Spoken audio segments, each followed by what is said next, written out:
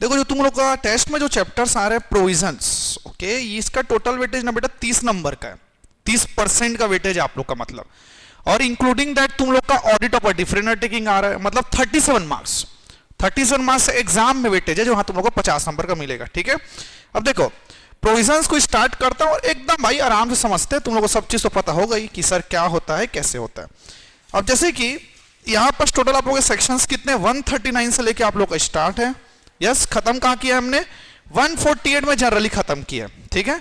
चलो पारी पारी से ही रिवीजन स्टार्ट करते हैं, आप लोग नोट्स बनाए हो इसका, ठीक। अब जरा देखते हैं, सबसे पहले हम लोग स्टार्ट करते हैं वैसे ही बुक में एलिजिबिलिटी के हिसाब से, कौन सा सेक्शन 141, ठीक है। देखो जो आप लोग का सेक्शन 141 के कुछ कुछ सेक्शंस हैं 1 2 3, 1 क्या बोलता है आप लोग का कि सिर्फ ऑडिट कौन करेगा, सिर्फ और सिर्फ चार्टर्ड अकाउंटेंट। देखो A person shall be eligible for appointment of an auditor only if he is a chartered accountant। भाई चार्टर्ड अकाउंटेंट तभी कर सकता है। और क्या बोलता है कि फर्म के नाम पे तुम लोग अपॉइंटमेंट कर सकते हो अगर मेजोरिटी ऑफ द पार्टनर क्या है आप लोग के सीए हैं, वो भी इंडिया के, ठीक है। एलएलपी को भी आप लोग अपॉइंट कर सकते हो, लेकिन उसमें सिर्फ कौन सा साइन करेगा, सिर्फ सीए साइन करे, 2 सिंपल से। अब 3 में आता है बेटा आप लोग का पावर्स के बारे में, ठीक है, मतलब डिस्क्वालिफिकेशन के बारे में।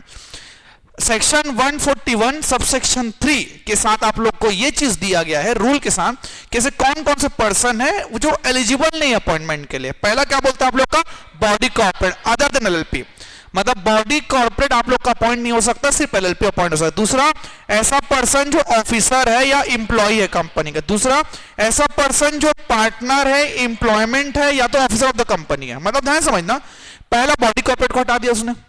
दूसरा क्या बोलता है, सर यहां का जो एम्प्लॉय है। तीसरा जो पार्टनर है, भाई पार्टनर है किसका, एम्प्लॉय का, डायरेक्टर का, किसी का भी। भाई उसके बाद क्या बोलता है तुम्हारा, या तो पर्सन या तो उसका रिलेटिव या तो पार्टनर। 3 चीजें, सिक्योरिटी, गारंटी और इंडेटनेस, ठीक है। तुम ध्यान समझना, यहां पास जो सिक्योरिटी है ना बेटा, फेस वैल्यू से 1 लाख से ज्यादा नहीं होना चाहिए। इंडेप्टेड हमारा 5 लाख से अगर ज्यादा है तो, गारंटी आप लोग का 1 लाख से अगर ज्यादा है तो। अगर ऐसा कुछ होता है तो भाई आप लोग डिस्क्वालीफाई माने जाओगे। और ऐसा पर्सन और फर्म्स के साथ क्या है, तुम लोग का बिजनेस रिलेशनशिप है, किनके साथ, कंपनी के साथ, होल्डिंग के साथ, सब्सिडरी के साथ, एसोसिएट के साथ और सब्सिडरी ऑफ सच होल्डिंग, ठीक है।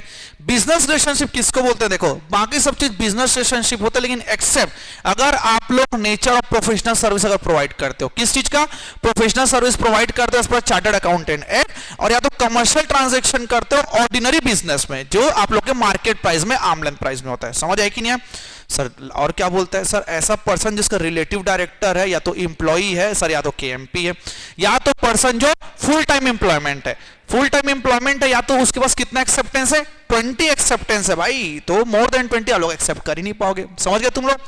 फिर क्या बोलते हैं, ऐसा डायरेक्टर जिसके ऊपर ऑफेंस चल रहा है फ्रॉड का, किस चीज का, फ्रॉड का ऑफेंस चल रहा है और कितना साल नहीं बीता हुआ है, 10 साल अभी तक नहीं बीता हुआ है, ये केस होता है। फिर उसके बाद क्या बोलता है, सर जो सेक्शन 144 का अगर उसने उल्लंघन कर दिया, बेड माफिया याद है, 144 का अगर उसने उल्लंघन कर दिया तो भाई काम खत्म, तुम डिस्क्वालीफाई हो जाओगे इस टाइम पे।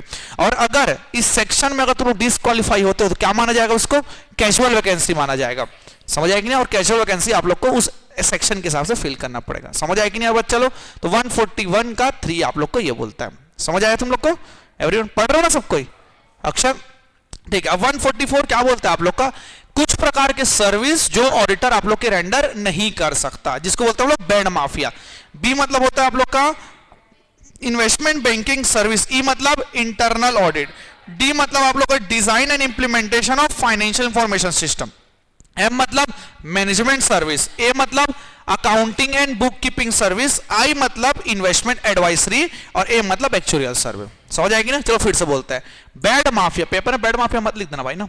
बी मतलब तुम्हारा इन्वेस्टमेंट बैंकिंग सर्विसेज, ई मतलब internal auditor, D design and implementation of any financial information system, M मतलब मैनेजमेंट सर्विस, ए मतलब accounting and book keeping service, F मतलब आप लोग का rendering out of financial services, I मतलब investment advisory service और ए मतलब आप लोग को बचा एक्चुरियल सर्विस। ये सर्विस आप प्रोवाइड नहीं कर सकते यार। इतना समझ आया कि नहीं।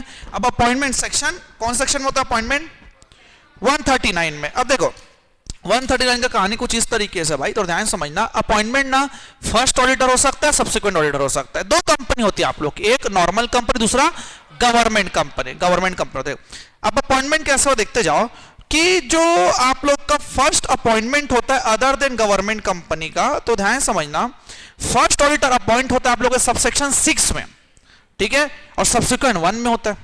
और गवर्नमेंट कंपनी केस में 7 में होता है और उधर 5 में होता है। यार समझ आए कि नहीं? ठीक है, फिर कैजुअल वैकेंसी अपन बाद में समझेंगे। चलो नॉर्मल कोर्स के बारे में समझते हैं। देखो, कोई भी कंपनी को अगर अपना फर्स्ट ऑडिटर अपॉइंट करे तो उसके लिए क्या करना पड़ेगा, ध्यान समझना। कौन से कहां दिया है? सबसेक्शन 6 में दिया गया। क्या कोई बताना चाहेगा इसको? Anyone?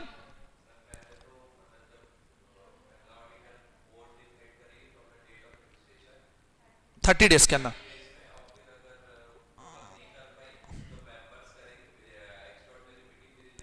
Okay, first annual general meeting क्या बोला जाता है? देखो, the first auditor of the company other than government company shall be appointed by the BOD within 30 days from the date of the registration and if BOD fails to appoint, ठीक है, inform करेंगे members को, then member will appoint such auditor within 90 days at extraordinary general meeting and such first auditor shall hold office till the conclusion of first annual general meeting। समझ आए कि नहीं है? अब गवर्नमेंट कंपनी केस में पहला auditor CAG appoint कर कितने दिन के अंदर? 60 दिन के अंदर। अगर सीएजी भाई अपॉइंट नहीं कर पाता, समझ आए कि नहीं, कौन करेगा? बीओडी। कितने दिन के अंदर? नेक्स्ट 30 डेज के अंदर। बीओडी नहीं कर पाया तो मेंबर्स करें कितने दिन का? अगले 60 दिन के अंदर। ये ऑफिस कब तक होल्ड करके रखेगा? Conclusion of first annual general meeting. Got it और नॉट? एक है तुम्हारे 6 में और एक है 7 में। अब सब्सिक्वेंट के बारे में बात करते हैं। देखो, सब्सिक्वेंट में क्या बोलता है? हर कंपनी को अपने पहले एनुअल जनरल मीटिंग में एक इंडिविजुअल या तो कोई फर्म को बेटा ऑडिटर के रूप में अपॉइंट करना पड़ेगा, जो कितने साल के लिए होल्ड करेगा? 5 साल। मतलब 6th एनुअल जनरल मीटिंग के कंक्लूजन तक होल्ड करके रखेगा। समझ आए कि नहीं आए? और हर बार 6th एनुअल जनरल मीटिंग नया अपॉइंट करोगे। अपॉइंट करने से पहले उस पर्सन से क्या लोगे तुम लोग? रिटर्न कंसेंट लोगे कि हर चीज वो फॉलो करता है। सर्टिफिकेट देगा भाई कि अपॉइंटमेंट के लिए एलिजिबल है। साथ ही साथ सर्टिफिकेट देगा कि सेक्शन 141 को मैं एलिजिबिलिटी क्राइटेरिया फुलफिल करता हूं, that I am chartered accountant, I am not disqualified by the law. समझ आए कि नहीं? अब ऑडिटर का अपॉइंटमेंट करने के बाद आरओसी को 15 दिन के अंदर आप लोग को एडीटी 1 में बताना पड़ेगा। चलो फिर समझते हैं। सबसेक्शन 1 क्या बोलता है? एवरी कंपनी शेल, हर कंपनी को अपने पहले एनुअल जनरल मीटिंग में एक ऑडिटर को अपॉइंट करना पड़ेगा, चाहे वो इंडिविजुअल हो सकती है, चाहे तो आप लोग की फर्म भी हो सकती है। समझ आएंगे? इंडिविजुअल भी हो सकता है या तो आप लोग की फर्म भी हो सकती है। देखो, और कब तक ऑफिस होल्ड करके रखेगा? Till the conclusion of 6th annual general meeting. और उस जनरल मीटिंग में 6वें वाले में आप फिर से नया अपॉइंट करोगे। याद है कि नहीं भाई? उसको एक्ट एज ऑडिटर करने से पहले रिटर्न कंसेंट देना पड़ेगा कि पूरी क्राइटेरिया फुलफिल करता है, इंक्लूडिंग सर्टिफिकेट देना पड़ेगा सेक्शन 141 के एलिजिबिलिटी के बारे में, क्वालिफाई है भाई, चार्टर्ड अकाउंटेंट है, डिस्क्वालीफाई नहीं है, एंड सो ऑन। ठीक है, और ऑडिटर के अपॉइंटमेंट के बाद रजिस्ट्रार को 15 दिन के अंदर फाइल करना पड़ेगा इनफॉर्म नंबर एडीटी 1 में फॉर्म फाइल करना पड़ेगा। ठीक है, गवर्नमेंट कंपनी केस में भाई ऑब्वियस सी बात है, कौन अपॉइंट करेगा? CAG, controller and auditor general of India आप लोग को अपॉइंट करेगा। लेकिन हर फाइनेंशियल ईयर के लिए 180 दिन के अंदर कमेंसमेंट ऑफ द 180 मतलब कमेंसमेंट ऑफ फाइनेंशियल ईयर के 180 दिन के अंदर आप लोग को अपॉइंट करना है। कब तक ऑफिस होल्ड करेगा? 1 ही साल के लिए, till the conclusion of general meeting. भाई उससे ज्यादा नहीं हो सकता हो। ठीक है, समझ आए कि नहीं? अब देखो, कैजुअल वैकेंसी आता कैसे? सर कैजुअल वैकेंसी मतलब अचानक से सर हमारा सीट खाली हो, जैसे डेथ हो सकता है, रेजिग्नेशन हो सकता है, डिस्क्वालिफिकेशन हो सकता है, एंड सो ऑन। देखो, दो केस 8 और 8 होता है आप लोग का। 8 ही में दिया गया जनरली। क्या होता है? पहला होता है आप लोग का government company, other than government company, फिर गवर्नमेंट कंपनी। देखो, कोई भी कैजुअल वैकेंसी होता है ना बेटा, तो बोर्ड कितने अंदर फिल करेगा? उसको 30 दिन के अंदर फिल करेगा। देखो, अगर कैजुअल वैकेंसी बेटा अगर रेजिग्नेशन का है तो उस रेजिग्नेशन को जनरल मीटिंग में आप लोग को 3 महीने में अप्रूव करना पड़ेगा। देखो क्या क्या लाइन लिखा हुआ है? If casual vacancy is result of the resignation of auditor, such appointment shall be approved by the company at general meeting with 3 months of the recommendation of the board। अब किसी ऑडिटर ने आपका अगर resign किया है ना, तो जो आप नया ऑडिटर लाओगे ना भैया, उसका अप्रूवल 3 महीने के अंदर आप लोग को लेना पड़ेगा जनरल मीटिंग में। ठीक है, ऑडिटर कब तक ऑफिस होल्ड करके रहेगा? नेक्स्ट एनुअल जनरल मीटिंग, उससे ज्यादा वो नहीं रुकेगा। ठीक है, फिर वही भाई कैजुअल वैकेंसी अगर मैं गवर्नमेंट कंपनी बोलूं तो कौन करेगा? CAG, controller and auditor general of India, with in 30 days के अंदर। ठीक है भाई, अगर ये नहीं कर पाता सीएजी तो कौन करेगा? पीओडी, अगले 30 दिन के अंदर। समझ आए कि नहीं आया बच्चे लोग तुम लोग को? ये कैजुअल वैकेंसी का बात बोलता है। फिर रीअपॉइंटमेंट ऑफ कंपनी ऑडिटर, देखो कंपनी ऑडिटर हर जनरल मीटिंग में रीअपॉइंट हो सकता है। मतलब बोलने का मतलब है भाई जो रिटायरिंग ऑडिटर है, जो ऑडिटर जो रिटायर हो रहा है वो अपॉइंट हो सकता है वापस। रिटायरिंग ऑडिटर कब रिटायर होगा? वो 5 साल में, तो वापस से रीअपॉइंट हो सकता है। लेकिन अगर वो डिस्क्वालीफाई हो गया अचानक से तो रीअपॉइंट नहीं हो सकता। अगर उसने कंपनी को नोटिस दे दिया कि अब उसकी इच्छा नहीं है भाई वापस अपॉइंट होने का, मतलब ही हैज नॉट, मतलब ही हैज गिवन नोटिस बोल सकते हो, अल मीनिंगलेस का। और अगर उसके लिए स्पेशल रिजोल्यूशन अगर पास हो गया कि इसको अपॉइंट नहीं करना तो आप नहीं कर सकते, ऑब्वियस सी बात है। अगर वो डिस्क्वालीफाई हो गया तो अपॉइंट नहीं करोगे, रीअपॉइंट उसको। दूसरा उसने अनविलिंगनेस दिखा दिया अलग से लिख के कि मैं अपॉइंट नहीं होना चाहता यार, मैं बहुत पैसा कमा चुका हूं, जी चुका हूं जिंदगी, मैं काशी में बसूंगा बोल दिया उसने, नहीं ले सकते तुम लोग का। समझ आया कि नहीं? अगर स्पेशल रिजोल्यूशन पास कर दे भाई कि इसको अपॉइंट ही नहीं करना तो तुम लोग को अपॉइंट नहीं करना है। समझ आ गया? फिर ऑटोमेटिकली रीअपॉइंटमेंट, अगर कोई भी जनरल मीटिंग में अगर ऑडिटर अपॉइंट नहीं होता, डीम टू बी क्या मान लिया जाएगा? पुराना ऑडिटर ही अपॉइंट हो जाएगा। समझ आया कि ना? फिर ऑडिट कमेटी, ऑडिट कमेटी अगर आपको कंस्टिट्यूट करने की जरूरत पड़ती है, कौन सेक्शन में दिया गया? सेक्शन 177 में अगर बोलता है कि अगर आपको ऑडिट कमेटी अगर कंस्टिट्यूट करना है तो आपको ऑडिट कमेटी से रिकमेंडेशन लेना पड़ेगा सब चीज के लिए। फिर सीलिंग मेंबर के बारे में बात करते हैं। देखो सीलिंग मेंबर्स के, सॉरी सीलिंग नंबर कितना है तुम लोग ऑडिटर सेगमेंट का? 20 है। ध्यान समझना, कनेक्शन बताता हूं। अगर एक फर्म में आप लोग के 3 पार्टनर हैं तो सबके 20 20 20 करके आप लोग के 60 हो जाएंगे। समझ रहे? सॉरी 3 है तो 20 20 करके 60 हो जाएंगे आपके, ठीक है। लेकिन अब वो पार्टनर कोई और फर्म में काम करता, ऐसा नहीं है ना, उसकी भी लिमिट क्रॉस बढ़ जाएगी। मतलब इंडिविजुअल का 20 से ज्यादा लिमिट नहीं हो सकता। ये मैंने पढ़ाया था आप लोग को, यस और नो? ठीक है, रिकॉल हो पा रहा है कि नहीं सबको? फिर रेजिग्नेशन, देखो भाई रिजाइन कर सकता है भाई, लेकिन रिजाइन करने के थोड़ा लफड़ा है। देखो अगर कोई रेजिग्नेशन होता है तो ऑडिटर को 30 दिन के अंदर डेट ऑफ रेजिग्नेशन के एडिटिव फाइल 3 फाइल करना पड़ेगा कंपनी और रजिस्ट्रार को विद रीजन। क्या बोलना चाहता है? देखो the auditor shall file within period of 30 days from the date of resignation a statement in prescribed form ADT 3 with the company registrar indicating the provision and other fact as may be relevant with regard to his resignation। मतलब 30 दिन के अंदर अपने resignation, जिस दिन resign करेगा ना उसके 30 दिन के अंदर कंपनी को और रजिस्ट्रार को ADT 3 में बताना पड़ेगा। समझ आए कि नहीं? अब सर अगर मैं गवर्नमेंट कंपनी का केस हूं तो गवर्नमेंट को बताना पड़ेगा भाई, मैं कुछ जी को, ऑब्वियस सी बात है, ठीक। अब देखो अगर रेजिग्नेशन करने के टाइम ऑडिटर कंप्लाई नहीं करता तो भाई उसको पेनाल्टी लगेगी 50,000 या तो equal to remuneration whichever is less का। अगर लगातार फेलियर करते हो तो 5 रुपए इस डे तक जा सकता है, ठीक है, सब्जेक्ट टू मैक्सिमम 2 लाख रुपए। समझ आए कि नहीं? उससे ज्यादा आप लोग नहीं जाओगे। डन। अब रोटेशन के बारे में बात करते हैं। देखो रोटेशन मतलब क्या होता है ना बेटा, ऑडिटर आप लोग को रोटेट करना पड़ता है, और रोटेशन कैसे होगा वो मेंबर डिसाइड करें किसको कब रोटेट करना है। उससे पहले बता दो कि मैक्सिमम टर्म्स कितना होता है ऑडिटर का। देखो मैक्सिमम टर्म्स कितना होता है बेटा इंडिविजुअल का? Not more than 1 consecutive term of 5 years. 5 साल का लगातार एक से ज्यादा नहीं हो सकता, और 2 consecutive term of 5 years for firm.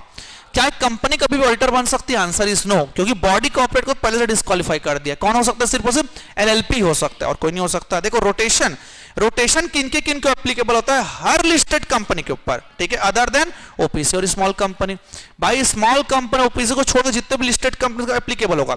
Unlisted public company जिसका पेड अप कैपिटल 10 करोड़ या उससे ज्यादा है सर, या तो प्राइवेट लिमिटेड जिसका शेयर कैपिटल 50 करोड़ से ज्यादा है, या तो उनके छोड़ कोई और कंपनी सर जिसका डिपॉजिट 50 करोड़ से ज्यादा है। नया समझना, हर listed company other then OPC और स्मॉल कंपनी। दूसरा एवरी अनलिस्टेड कंपनी जिसका paid up share capital 10 crore से ज्यादा है, प्राइवेट वालों का शेयर कैपिटल 50 करोड़ या उससे ज्यादा, और बोरोविंग इनके छोड़ जो भी कंपनी 50 करोड़ से ज्यादा हो गया तो ठीक है। मैक्सिमम टर्म आप लोग का 5 साल का है, और 5 5 10 किसका है? वो ऑडिट फर्म का है। अब देखो एडिशनल कंडीशन क्या होता है, ध्यान समझना। अब देखो कोई भी पर्सन अगर इंडिविजुअल ऑडिटर या ऑडिट फर्म अगर अपना 5 साल अगर कंप्लीट कर चुका है तो उसका रोटेशन नहीं होने वाला। समझ आए कि नहीं आए? क्योंकि इंडिविजुअल को 5 साल ही दिया जाता है, ठीक है। और अगर डेट ऑफ अपॉइंटमेंट के टाइम कोई भी कॉमन पार्टनर नहीं होना चाहिए। जैसे कि मेरी एक फर्म है एबीसी जिसमें मैं पार्टनर हूं, और यहां मैं 5 साल अगर ऑडिट कर चुका हूं, और मैं दूसरे फर्म में बीसीडी में अगर पार्टनर हूं ना बेटा, तो बीसीडी को भी वो लोग अपॉइंट नहीं कर पाएंगे। क्यों? क्योंकि मैं वहां का कॉमन पार्टनर हूं।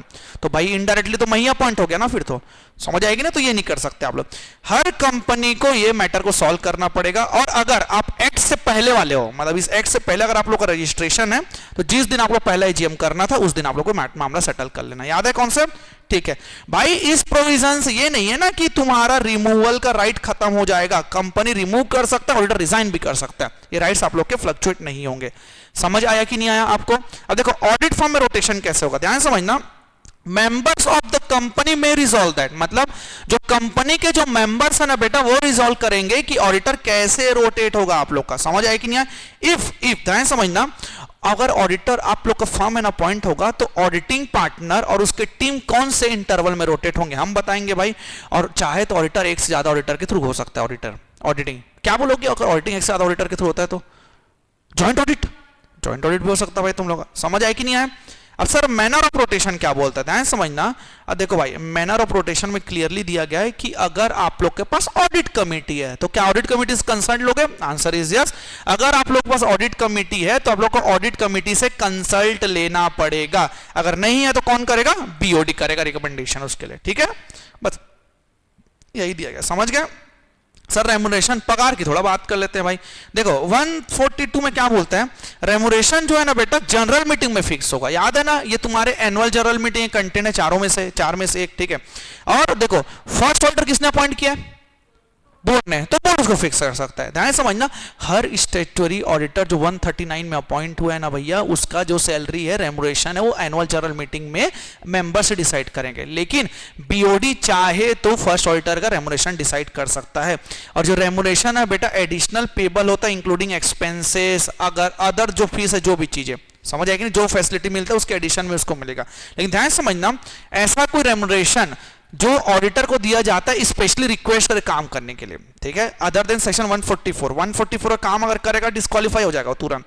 कोई और अगर एक्स्ट्रा सर्विस करने के लिए अगर बोलता है तो उसके लिए पैसा दिया जाता है, वो रेमुनरेशन में इंक्लूड नहीं होगा। आप लोग का समझ आया कि नहीं आया बच्चे लोग यहां तक? फिर अब बात करते हैं थोड़ा सा रिमूवल के बारे में। रिमूवल का सेक्शन क्या है तुम लोग का?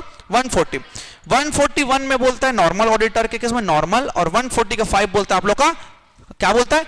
ट्रिब्यूनल। भाई ट्रिब्यूनल रिमूव करेगा, एकदम सिंपल सा। देखो क्या बोलता है। अब रिमूवल मतलब क्या होता है पता है सर? धक्के मार के बाहर निकालना। देखो समय से पहले अगर आप रिमूव करना चाहते हो भाई तो आप लोगों को सेंट्रल गवर्नमेंट से परमिशन लेना पड़ेगा। ध्यान समझना, अगर आप कोई भी ऑडिटर कौन से सेक्शन में अपॉइंट हुआ है? सेक्शन 139 में। कोई भी ऑडिटर अगर सेक्शन 139 में अगर अपॉइंट हुए, उसको टर्म के एक्सपायरी होने से पहले अगर आप लोग उसको रिमूव अगर करना चाहते हो तो भाई तो कंप्लायंस लगेगा आप लोगों को। पहला क्या बोलता है? सेंट्रल गवर्नमेंट को आप लोग को एप्लीकेशन देना पड़ेगा एडीटी 2 में, समझ आएगी नहीं, आपको बताना पड़ेगा सो ऑन। और एप्लीकेशन सेंट्रल गवर्नमेंट को आप लोग दोगे, the application shall be made to the central government with 30 days of pass board. आप जिस दिन बोर्ड रेजोल्यूशन पास करोगे ना बेटा, उसके 30 दिन के अंदर आपको सेंट्रल गवर्नमेंट को एप्लीकेशन देना पड़ेगा, ठीक है। और जैसे ही सेंट्रल गवर्नमेंट से अप्रूवल आ जाएगा ना, उसके 60 दिन के अंदर स्पेशल रेजोल्यूशन पास करके तुम लोग रिमूव कर सकते हो। ऑर्डर को निकाल तो रहे हो भाई, ओबीएच देना पड़ेगा, अपॉर्चुनिटी टू बीइंग।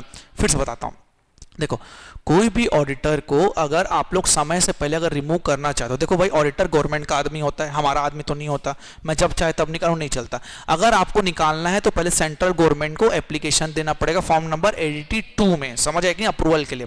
कितने दिन के अंदर दोगे? बोर्ड रिजोल्यूशन पास करो, उसके भाई अप्रूवल दे दो, मतलब एप्लीकेशन दे दो, आपको अप्रूवल आ जाएगा। अप्रूवल आने के 60 दिन के अंदर आपको मेंबर्स लोग को बुला के स्पेशल पास करके रिमूव करना पड़ेगा, समझ आए कि नहीं? एंड इफ रिमूव कर रहे हो भाई तो सुनवाई का मौका तो देना ही पड़ेगा, मतलब अपॉर्चुनिटी ऑफ बीइंग बट आप लोग को प्रोवाइड करना पड़ेगा, समझ आया कि नहीं? ठीक। फिर removal of auditor bye tribunal. देखो ट्रिब्यूनल ना रिमूव कर सकता है भाई, कैसे कर सकता है? आइदर सुओ मोटो, भाई खुद से कर सकता है, या तो सेंट्रल गवर्नमेंट ने एप्लीकेशन कर दिया, या तो कोई और पर्सन ने। फिर से बोलता हूं, ट्रिब्यूनल आदर बाय द सुओ मोटो। भाई सुओ मोटो में हो गया सर, या तो एप्लीकेशन दे दिया किसने? सेंट्रल गवर्नमेंट ने। याद रखना सेंट्रल गवर्नमेंट एप्लीकेशन दिया तो थोड़ा हार्ड केस है, नीचे उसका केस अलग चलता है, ठीक है। तो अगर कोई पर्सन कंसर्न दे दिया कि सर सेटिस्फाई हो गया अगर डायरेक्टली और इनडायरेक्टली, दैट फ्रॉडलेंट मैनर में एबेटेड और कॉल्यूडेड, फ्रॉड कर रहा है, एबेट कर रहा है तो कॉल्यूट कर रहा है, उस केस में ऑर्डर दे देगा कि जाओ भैया आपको हम रिमूव करते हैं, समझ आए कि नहीं?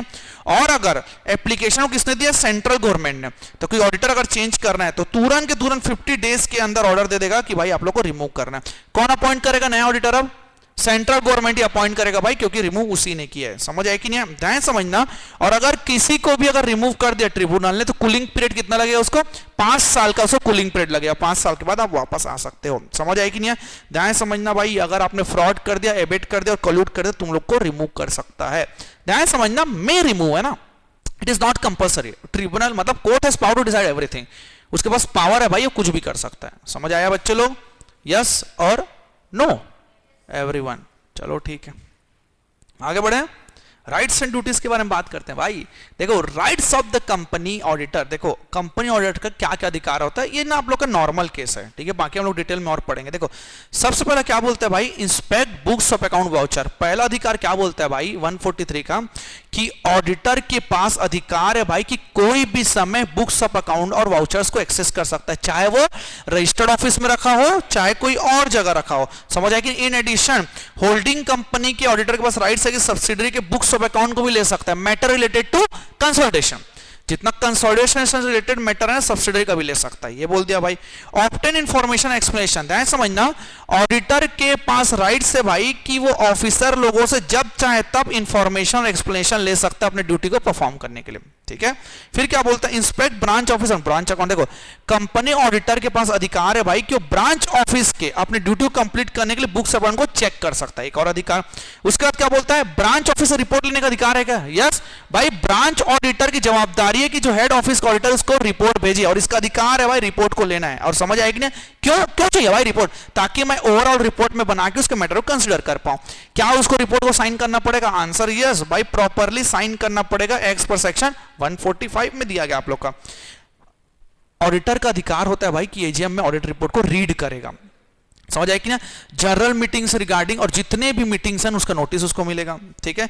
ऑडिट कमेटी का मीटिंग होल्ड कर सकता है वो, कब सकता है, कब कर सकता है, जब उसका ऑडिट रिपोर्ट कंसीडर किया जाता है। क्या उसको वोटिंग का अधिकार होता है ऑडिट कमेटी में, answer is no, audit committee में उसको वोट का अधिकार नहीं होने वाला तुम लोग को।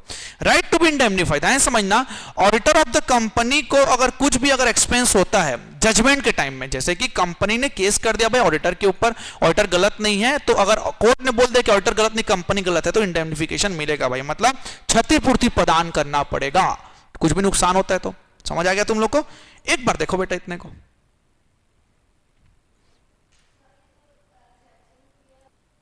चलो स्टार्ट करें। अब देखो भाई ड्यूटीज, अभी तक हम लोगों ने पढ़े राइट्स, अब बात करते हैं आप लोग ड्यूटीज, ठीक है। अब ड्यूटीज आप लोग का कंप्रेहेंसिव लिस्ट है भाई, कुछ ज्यादा ही ड्यूटी है, कहां दिया गया, सेक्शन 143 में। देखो यहां पास तुम्हारा इंपॉर्टेंट है सबसेक्शन 1, ध्यान समझना। ड्यूटी करेगा भाई इंक्वायरी, पहला ये चीज देखेगा कि whether loans and advances made by the company, मतलब कंपनी ने अगर कुछ लोन्स एंड एडवांसेस दिया है सिक्योरिटी बेसिस में, वो प्रॉपर्ली सिक्योर होना चाहिए। मतलब अगर कंपनी ने किसी को लोन दिया है, लोन्स एंड एडवांसेस सिक्योरिटी के बेसिस में, सिक्योरिटी तो मेरे पास होगा भाई गिरवी के रूप में, तो वो प्रॉपर्ली सिक्योर्ड है कि नहीं। और ध्यान समझना, जो टर्म्स ऑफ कॉन्ट्रैक्ट है लोन के, वो prejudicial to the interest of company and member, मतलब कंपनी और मेंबर के हित में होना चाहिए जो टर्म्स है आप लोग को पहला चेक करना है। दूसरा क्या बोलता है कि ट्रांजैक्शन जो है ना बेटा, बुक्स ऑफ एंट्री में जो रिकॉर्ड हुआ है आप लोग का, वो कंपनी और मेंबर के हित में होना चाहिए, इंटरेस्ट में, समझ आएगी। फिर क्या बोलता है, अगर कंपनी अदर देन इन्वेस्टमेंट और बैंकिंग कंपनी, कौन सी कंपनी, इन्वेस्टमेंट और बैंकिंग कंपनी को छोड़ के अगर कोई कंपनी है, अगर उन लोगों के पास मेजॉरिटी ऑफ द एसेट जैसे कि शेयर्स, डिबेंचर, मार्केट सिक्योरिटी को उन लोगों ने मार्केट कॉस्ट से कम में अगर सेल कर दिया, तो वो आपको देखना पड़ेगा। कारण क्या भाई, तुम इन्वेस्टमेंट कंपनी हो नहीं, नॉर्मल कंपनी, तो तुमने अपने इन्वेस्टमेंट को शेयर, डिबेंचर, अदर सिक्योरिटी कम में क्यों बेच दिया, ये भी जानना पड़ेगा तुम लोग को।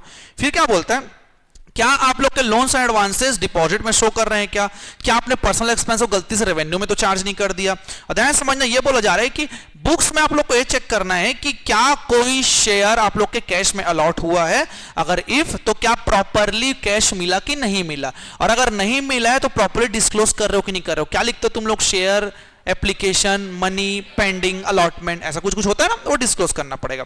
तो ये बोलता है आप लोग का 143 का 1। देखो सबसे पहले क्या बोलता है कि अगर कंपनी ने आपको अगर लोन्स एंड एडवांसेस दिया है विद सिक्योरिटी, तो सिक्योरिटी प्रॉपर सिक्योर्ड होना चाहिए, और उसके टर्म्स कैसे होना चाहिए, prejudicial to the interest of the company. दूसरा क्या बोलता है भाई आप लोग का, कंपनी के जो बुक्स ऑफ अकाउंट के जो एंट्री है ना भाई, कंपनी के हित में होना चाहिए। तीसरा, कोई भी कंपनी अदर देन बैंकिंग और इन्वेस्टमेंट कंपनी है और जिसने अपने मेजॉरिटी ऑफ द शेयर जैसे स्टॉक, जैसे कि आप लोग का शेयर्स, डिबेंचर, सिक्योरिटीज को जितने में खरीदा था उससे कम में अगर सेल कर दिया, वो चीज देखना पड़ेगा आप लोग को। फिर क्या बोलता है, loans and advances made by the company shown as deposit, भाई क्या सोन डिपॉजिट के रूप में तो शो नहीं हो रहा है, और क्या पर्सनल एक्सपेंस को सर हम लोग रेवेन्यू के रूप में चार्ज तो नहीं कर रहे हैं। और बुक्स में चेक करना है क्या कोई शेयर आप लोग कैश में अलॉट किए हो, इफ यस कैश रिसीव हुआ कि नहीं हुआ, और अगर नहीं हुआ तो प्रॉपर्ली आपने अकाउंट किया है कि नहीं किया है, समझ आए कि नहीं। फिर दूसरा होता है duty to report on financial statement. देखो हर ऑडिटर की ड्यूटी होता है भाई कि फाइनेंशियल स्टेटमेंट में रिपोर्ट करना पड़ेगा कि उसके बेस्ट नॉलेज में ट्रू एंड फेयर व्यू दे रहा है कि नहीं दे रहा है, और as per financial statement accounting standard of auditing और कंपनीज एक्ट के हिसाब से बना है कि नहीं बना है। फिर से बोलता हूं, ड्यूटी होता है ऑडिटर का कि फाइनेंशियल स्टेटमेंट में वो रिव्यू दे कि उसके बेस्ट ऑफ नॉलेज में either financial statement are giving true और फेयर व्यू और नॉट, देना पड़ेगा। उसको बताना पड़ेगा financial statement properly accounting standard of auditing और कंपनीज एक्ट के हिसाब से बना है कि नहीं बना है। समझ आए कि नहीं? अब कुछ मैटर्स के बारे में बात करते हैं। देखो 143 का 3 थोड़ा दिक्कतदायक है भाई, अभी तुम लोगों ने 1 और 2 पढ़ा। देखो ऑडिटर को क्लियरली बताना पड़ेगा कि उसने कुछ इंफॉर्मेशन मांगा, मिला कि नहीं मिला। अगर नहीं मिला तो उसका डिटेल देना है कि उसका क्या क्या इफेक्ट हो सकता है। क्या बोलता है, whether he has sought or obtained all information that he required, if obtained yes, अगर नहीं मिला सर तो लिखना पड़ेगा। फिर क्या बोलता है, उसके ओपिनियन में यह बताना पड़ेगा कि proper books of account law के हिसाब से बना है कि नहीं बना है। तो क्या बोलता है, whether in his opinion proper books of account are required by law have been kept by the company, और प्रॉपर रिटर्न आपने फाइल किया कि नहीं। जैसे कंपनीज एक्ट बोलता है कि फाइनेंशियल स्टेटमेंट में क्या क्या होना चाहिए आप लोग का, balance sheet, profit and loss, cash flow statement, statement change in equity, notes to account, so on. अगर आपने मेंटेन किया तो अच्छी बात है, नहीं है तो देखना पड़ेगा। और ध्यान समझना, उसको यह चीज भी देखना पड़ेगा कि प्रॉपर्ली रिटर्न्स आया कि नहीं आया, कहां से, ब्रांच से, जहां वो विजिट नहीं कर पाया। ठीक है, उसके बाद क्या बोलता है भाई, ब्रांच ऑफिस का रिपोर्ट उसको तैयार करना पड़ेगा और उसका अधिकार है, मतलब रिपोर्ट नहीं, रिपोर्ट आएगा उसको व्यू करना पड़ेगा और उसका अधिकार है भाई कि रिपोर्ट को लेने का। समझ आया कि नहीं आया? फिर क्या बोलता है, कंपनी के जो बैलेंस शीट और प्रॉफिट एंड लॉस है बेटा, बुक्स ऑफ अकाउंट रिटर्न से मैच होना चाहिए। मतलब जीएसटी रिटर्न जानते हो ना तुम लोग, जीएसटी रिटर्न का 3B क्या देता है, सेल्स। जीएसटी के लास्ट में देख रहा हूं सेल्स 10 करोड़ है, मेरे बुक्स अकाउंट में 25 करोड़ होकर रखा है, गलत भाई। फाइनेंशियल स्टेटमेंट मेरे बुक्स ऑफ अकाउंट रिटर्न के हिसाब से होने चाहिए। ठीक, फिर क्या बोलते हैं, ओपिनियन देगा कि अब आप लोग का अकाउंटिंग स्टैंडर्ड आप लोग का फॉलो हुआ है कि नहीं हुआ है। फिर एडवर्स और या तो ऑब्जर्वेशन ऑफ कमेंट आप लोग को देना पड़ेगा फाइनेंशियल ट्रांजेक्शन में। बताओ, क्वालिफाइड और होता है और मॉडिफाइड रिपोर्ट, याद है क्या क्या रिपोर्ट होता है बताओ, क्वालिफाइड, अनमॉडिफाइड, मॉडिफाइड होता है, अनमॉडिफाइड साइड रखते हैं, मॉडिफाइड में qualified, adverse, disclaimer of opinion, यही होता है तुम लोग का, वो दे सकता है भाई, वो देना ही पड़ेगा। बताना पड़ेगा कि क्या डायरेक्टर को डिस्क्वालीफाई है सेक्शन 164 के सबसेक्शन 2, सबसेक्शन 2 क्या बोलता है, स्पेशल डिस्क्वालिफिकेशन। ठीक है, क्वालिफिकेशन और रिजर्व मार्क देगा ना भाई, उसके साथ कमेंट देना पड़ेगा आप लोग को। हमेशा ध्यान रखना, ऑडिटर को तो कमेंट करना ही है भाई कि इंटरनल फाइनेंशियल कंट्रोल आप लोग का एडिक्वेट है कि नहीं, बार बार पढ़े हो तुम लोग, इंटरनल फाइनेंशियल कंट्रोल एडिक्वेट है कि नहीं। उसके साथ साथ और बताना पड़ेगा कि कंपनी का कोई पेंडिंग लिटिगेशन अगर है तो उसके कारण क्या क्या इंपैक्ट आ रहा है वो बताना पड़ेगा आप लोग को। ठीक है, कंपनी को कोई अकाउंटिंग स्टैंडर्ड फॉलो करना था, उसने किया कि नहीं किया वही बताना पड़ेगा। क्या कंपनी को भाई इन्वेस्टर एजुकेशन फंड में पैसा ट्रांसफर करना था, किया कि नहीं किया वो बताना पड़ेगा। याद है किसमें ट्रांसफर सीखे तुम लोग, 7 साल डिविडेंड पढ़े हो ना, वहां भी ट्रांसफर करना पड़ता है, बहुत सारी चीजें।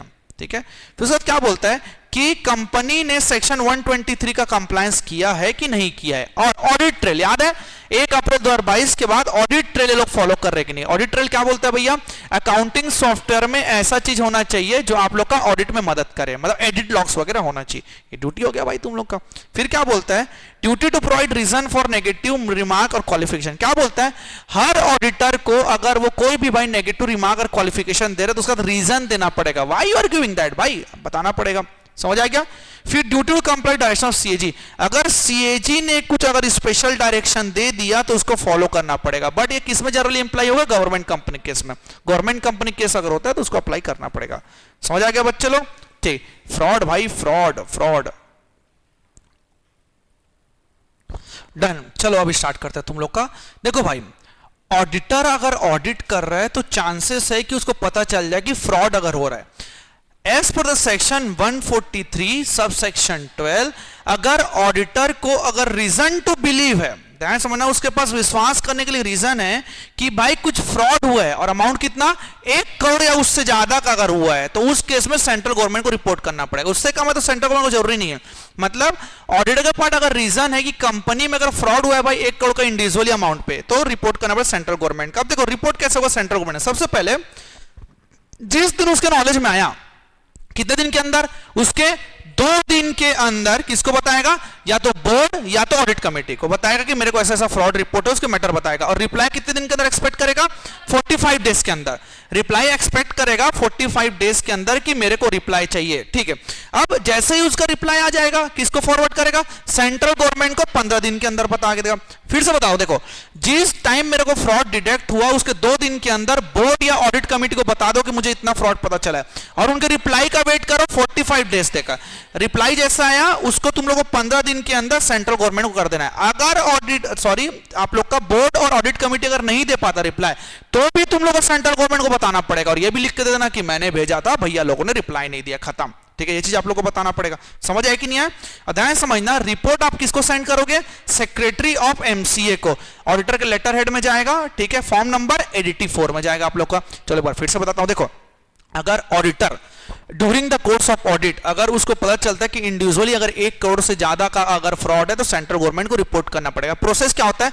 सेंट्रल गवर्नमेंट को बताने से पहले तुमको बोर्ड या ऑडिट कमेटी को बताना पड़ेगा 2 दिन के अंदर, और उनके रिप्लाई का वेट करो 45 दिन के अंदर। अगर आप उसका रिप्लाई आ गया, भैया रिप्लाई आया तुरंत, तो उसके 15 दिन का सेंट्रल गवर्नमेंट बताओ। नहीं दे पाए ड्यू डेट में, तो भी तुम सेंट्रल गवर्नमेंट बताओ कि हमने दिया था, उन लोगों ने नहीं रिप्लाई दिया, ठीक है। किसको रिपोर्ट करोगे? सेक्रेटरी ऑफ द एमसीए को, फॉर्म एडिटी 4 में करोगे, लेटर हेड वगैरह में देना पड़ेगा।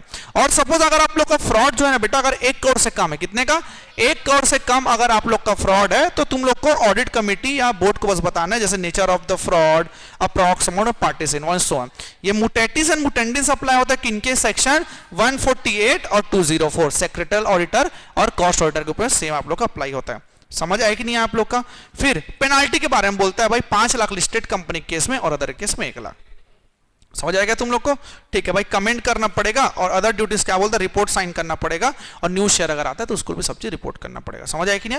145 पढ़ चुके हो। अब लाइबिलिटी के बारे में पढ़े हम लोग, ठीक है। चलो देखो, लाइबिलिटी तुम लोग क्या बोलता है भाई? देखो 2 प्रकार की लाइबिलिटी होती है, स्टैट्यूटरी लाइबिलिटी होती है आप लोग की, और एक कॉन्ट्रेक्चुअल लाइबिलिटी होती है। याद है कि नहीं? एक स्टैट्यूटरी लाइबिलिटी होती है, दूसरा आप लोग कॉन्ट्रेक्चुअल लाइबिलिटी होता है। देखो, स्टैट्यूटरी लाइबिलिटी के 2 केस होते हैं आप लोग, एक सिविल लाइबिलिटी होता है और आप लोग क्रिमिनल लाइबिलिटी होता है। देखो सिविल लाइबिलिटी क्या होता है पता है? छोटी लाइबिलिटी है, 2 चीज से आ सकता है। मतलब प्रोस्पेक्टस में एक एक्सपर्ट को भाई ओपिनियन देना पड़ता है, ठीक है। मतलब ऐसा चीज सिविल लाइबिलिटी में वो आएगा बेटा, अगर तुम लोग लॉस करते हो किसी पर्सन को, गलती से लॉस हो गया वाला हिसाब है, तो अगर ऑडिटर ने as a expert wrong statement दे दिया, तो उस केस में वो सिविल लाइबल रहेगा, सिविल लाइबल रहेगा। समझ आए कि नहीं है? और लाइबिलिटी ऑफ मिसफिनेंस में आप लोग क्या बोलता है कि at the time of liquidation, देखो ध्यान समझना, लिक्विडेशन के टाइम पे अगर उसने कुछ पैसे को मिस अप्रोप्रिएट किया या तो प्रॉपर्टी को मिस अप्रोप्रिएट किया, ठीक है, या तो कुछ ब्रीच ऑफ ट्रस्ट रिलेशन में आता है। देखो फिर समझाता हूं, पहला होता है बेटा miss statement in the prospectus. Prospectus क्या होता है? ऑफर लेटर है बेटा आप लोग के शेयर को इशू करने के लिए, उसमें एक्सपर्ट का व्यू चाहिए होता है। अगर ऑडिटर ने उसमें अगर गलत ओपिनियन दे दिया जानबूझ के, तो सिविल लाइबिलिटी आएगी उसकी, वो लाइबल कहलाएगा। दूसरा क्या बोलता है? मिसफिनेंस। अगर आपने जानबूझ के कुछ चीज को अगर हाइड किया मिसफिनेंस के, ब्रीच ऑफ ट्रस्ट के, नेग्लिजेंस, तो भी आप लोग का सिविल लाइबिलिटी आएगा। यहां पर कौन सा केस हो सकता है? देखो लिक्विडेशन के टाइम पे आप ऑडिटर को काम करना था, लेकिन हमको यह पता चला कि आपने कोई प्रॉपर्टी और मनी को रिटेन करके रखा है, मिस अप्लाई करके रखा है। भाई ऑडिटर थोड़ी ना सब चीज करने गया, तो ऑडिट करने गया, ठीक है। या तो मिसफिनेंस या तो ब्रीच ऑफ कॉन्ट्रैक्ट करके रखे हो, तो ब्रीच ऑफ ट्रस्ट करके रखो, तो भी दिक्कत हो सकता है भाई। क्रिमिनल लाइबिलिटी आप लोग क्या बोलते हैं? देखो ऑडिटर ने ऑथराइज किया है अनट्रू और मिसलीडिंग प्रोस्पेक्टस, मतलब ऐसा प्रोस्पेक्टस जो पता है गलत है। अब वो लोग आईपीओ में लिख रहे हैं कि हम लोग 5,000 करोड़ चाहते हैं क्योंकि हम लोग प्लांट लगाना, ऑडिटर को पता है इन लोग को कोई मन नहीं है प्लांट लगाने का, बस पैसा लेना चाहते हैं, पता था ऑडिटर को भाई, फिर भी किया, क्रिमिनल लाइबिलिटी। समझ आई कि नहीं है? और सेक्शन 139, 144, 145 का कंप्लायंस नहीं करते आप लोगों को दिक्कत हो सकता है। समझ आई कि नहीं? आपस पेनाल्टी। और ध्यान समझना भाई, अगर तुम लोगों ने जानबूझ के अगर ये चीज किया तो सेक्शन 447 का आप लोग को पेनाल्टी लग सकता है। और अदर कौन कौन से एक्ट आते हैं तुम्हारे? इनकम टैक्स हो गया, चार्टर्ड अकाउंटेंट एक्ट हो गया, एलआईसी हो गया, बैंकिंग, इसके छोड़ और भी बहुत सारे एक्ट है जो आप लोग को पेनाल्टी देते हैं। समझ आए कि नहीं? फिर कॉन्ट्रेक्चुअल आप लोग का क्या होता है? यहाँ पास बीच का स्किप है तुम लोग का, रिवीजन में तुम लोग पढ़ना पड़ेगा।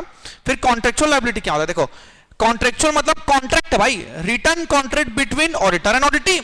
भाई ऑडिटर और ऑडिट इंटरप्राइज में कॉन्ट्रैक्ट है, तो ध्यान समझना कि जो जो चीज रिटर्न में है उसको तो परफॉर्म करना ही पड़ेगा। जैसे ऑडिट एंगेजमेंट में जो लिखा गया, ऑडिट प्रोग्राम में जो लिखा गया, समझ आए कि नहीं? और अगर आप लोग का रिटर्न कॉन्ट्रैक्ट नहीं है तो भाई उसको एक्सपेक्ट किया जाता है कि आप सही टाइम सही समय में आप कंप्लीट करो। अब एक बात बताओ, ऑडिटर रिपोर्ट कब सबमिट करता है? देखो भाई उसका ना दायरा खुद ना एजीएम तक है भाई। एजीएम में तो अगर मेरे को रिपोर्ट को अगर पढ़ना है तो उससे पहले सबमिट करना पड़ेगा ना। वो घूमने गया रिपोर्ट के टाइम में गोवा वगैरह, रिपोर्ट नहीं बोल रहा भाई मैं आराम से आके दिसंबर बना दूंगा, तो भाई इस केस में तुम्हारी कॉन्ट्रेक्चुअल लायबिलिटी आएगी। क्यों भाई? उसी कारण तो कंपनी को पेनल्टी भरना पड़ेगा भाई, ऑडिट रिपोर्ट सबमिट करना पड़ेगा ना। एमसीए को नहीं करोगे तो पेनल्टी भरना पड़ सकता है आप लोग को, तो ये कॉन्ट्रेक्चुअल लायबिलिटी में आता है आप लोग का। समझ आया कि नहीं आया बच्चे लोग सबको यहां तक? तो दो प्रकार की लायबिलिटी होती है, पहला क्या होता है तुम लोग का सिविल और दूसरा कॉन्ट्रेक्चुअल होता है। तुम्हारा मेन जो फ्रॉड है वो समझ आया कि नहीं आया? 143 का 12। चलो ब्रांच ऑडिट के बारे में बात करते हैं। देखो ब्रांच ऑडिट कौन सेक्शन में दिया गया? 143 के 8 में दिया गया है, लेकिन उससे पहले बुक्स ऑफ अकाउंट के बारे में बात करते हैं। देखो क्या बोलना चाहता है 128 क्या बोलता है? हर कंपनी को बुक्स ऑफ अकाउंट मेंटेन करके रखना पड़ेगा भाई अपने रजिस्टर्ड ऑफिस में या तो ब्रांच ऑफिस में। कोई भी और जगह इंडिया में कर सकते हैं, लेकिन बीओडी का रिजोल्यूशन लगेगा, और अगर कोई और जगह रखना चाहते हो तो 7 दिन के अंदर आप लोग आरओसी को बता दो। समझ आए कि नहीं है? ब्रांच ऑफिस इन इंडिया भी हो सकता है, आउटसाइड इंडिया भी हो सकता है, कोई तकलीफ नहीं। अब देखो यहां पास 143 का 8 आप लोग क्या बोलता है, ध्यान समझना कि कोई भी अगर ब्रांच ऑडिटर है ना भैया, तो उसको सेक्शन 139 के ऑडिटर को रिपोर्ट सबमिट करना पड़ेगा। और ऑडिट कौन करेगा भाई? यहां कर रहा है तो क्वालिफाइड चार्टर्ड अकाउंटेंट, लेकिन ब्रांच ऑफिस आउटसाइड इंडिया है तो कोई भी कंपनी ऑडिटर कर सकता है यहां से जाके, या तो उस लॉ का, उस कंट्री के लॉ का कोई क्वालिफाइड पर्सन भी ऑडिट कर सकता है। समझ आया कि नहीं आया तुम लोग को? अब देखो सर पावर ड्यूटीज जैसे सेम ऑडिटर के होते हैं वैसे ब्रांच ऑडिटर का भी होता है। समझ आया कि नहीं? इसको रिपोर्ट किसको सबमिट करना होता है? कंपनी ऑडिटर को, हेड ऑफिस को देगा। ठीक है भाई, कंसर्न ब्रांच का इसको फ्रॉड भी रिपोर्ट करना पड़ेगा। 143 1 से लेके 4 तक इसका भी राइट से ड्यूटीज है। समझ आया कि नहीं आया तुम लोग को? यस और नो? ठीक है, अब बात करें जॉइंट ऑडिट के पीछे। जॉइंट ऑडिट किसको बोलते हैं? जब कोई भी ऑडिट एक से ज्यादा अगर ऑडिटर करता है ना भैया, तो उसको क्या बोलते हैं? जॉइंट ऑडिट हो जाता है। लेकिन क्या होता है ना, ऑडिट तुम्हारा एफिशिएंटली होगा, लेस टाइम लेगा, लेकिन सर इतना अच्छा नहीं है जितना हम समझते हैं, क्योंकि भाई ये लोग बड़े लोग हमारे प्रोफेशनल किसी की सुनते नहीं है। तो देखो कुछ कुछ के बेनिफिट्स हैं, जैसे कि भाई सिंगल ऑडिटर का पहले वर्कलोड खत्म करता है। ठीक है, टाइमली कंप्लीट होगा भाई, बोलते हैं ना कि एक से पहले दो। समझ आया कि एक काम नहीं कर रहा 2 से करवा लो, क्या दिक्कत है? एक्सपर्टाइज का शेयरिंग होता है, एक्सटेंशन नॉलेज होता है भाई, सेम टाइम में 2 ऑडिटर लोग मिलकर काम करेंगे तो मजा तो आ ही जाएगा। लेकिन दिक्कत क्या होती है मैं समझाता हूं। देखो सुपरेटिव कॉम्प्लेक्स और लेस एक्सपीरियंस्ड वन। देखो कोई अगर ऑडिटर जैसे कि मिस्टर ए है ना, उसको 20 साल हो चुके हैं काम करते हुए, अभी अभी 5 साल हुए मिस्टर बी को, तो भाई उसके ऊपर तो चढ़ जाएगा ना मिस्टर ए कि तेरे को एक्सपीरियंस नहीं, तू ज्यादा बात कर रहा है। या तो बोल सकते हो स्मॉल कंसर्न के लिए कॉस्ट बर्डन है, मतलब स्मॉल यूनिट नहीं कर सकता ना भाई इस चीज को, 2 ऑडिटर को पैसा देना पड़ेगा। ठीक है, कॉमन एरिया नेगलेक्ट कर सकते हैं दोनों मिलके भाई, वो बोलेगा ये चेक करेगा, वो बोलेगा ये चेक करेगा, तो यहां से लफड़ा यहीं से चालू होता है। और भाई उन लोगों को फीस को भी शेयर करना पड़ेगा। तकलीफ है कि नहीं? फिर स्टैंडर्ड ऑफ ऑडिट 299 आप लोग गाइडलाइंस दिया है कि जॉइंट ऑडिट को आप लोग किस तरीके से परफॉर्म करना है। 299 आप लोग क्या बोलता है, ध्यान समझना, डिवीजन ऑफ वर्क। सबसे पहले क्या बोलता है, आप लोगों को काम डिवाइड करना पड़ेगा भाई जो म्यूचुअली डिसाइडेड है। समझ आए कि नहीं है? चाहे वो आइटम से रिलेटेड हो सकता है, asset, liabilities, area of work, ध्यान समझना। और मेन चीज ये है ना, जो आप काम डिवाइड किया हो ना बेटा, उसको आप लोग को एंटिटी को कम्युनिकेट करना पड़ेगा कि हम लोग ये काम कर रहे हैं। तो पहला क्या बोलते हैं आप लोग को, डिवीजन ऑफ वर्क। नोट्स है सबके पास? नोट्स देखोगे तुमको ज्यादा अच्छा समझ आएगा। फिर आता है कोऑर्डिनेशन। हर जॉइंट ऑडिटर को भाई साथ में कोऑर्डिनेट करना पड़ेगा। समझ आया कि नहीं? और भाई कम्युनिकेट करना पड़ेगा भाई फाइनलाइज करते टाइम। समझ आ गया? फिर relationship among joint auditor, their responsibility. ध्यान समझना, हर जॉइंट ऑडिटर अपने काम के लिए ही रिस्पॉन्सिबल है। समझ आया कि नहीं आया? देखो अगर मैंने टास्क को बांट दिया आइटम वाइज, एसेट, लायबिलिटी किसी की बेस में, तो भाई ऑब्वियस सी बात है भाई उस केस में मैं जो मेरे को काम मिला है मैं उसी के लिए रिस्पॉन्सिबल होऊंगा। लेकिन उस केस में सेवलर और जॉइंट लायबिलिटी आएगी अगर वो काम आप लोग का बटा नहीं हुआ है भाई, सीधी सी बात है। या तो कोई ऐसा मैटर जो जॉइंट ऑडिटर ने बाकी जॉइंट ऑडिटर को बता दिया, तो बाकी जॉइंट ऑडिटर नहीं बोलेंगे कि मेरे को चीज पता नहीं था। समझ आया कि नहीं आया?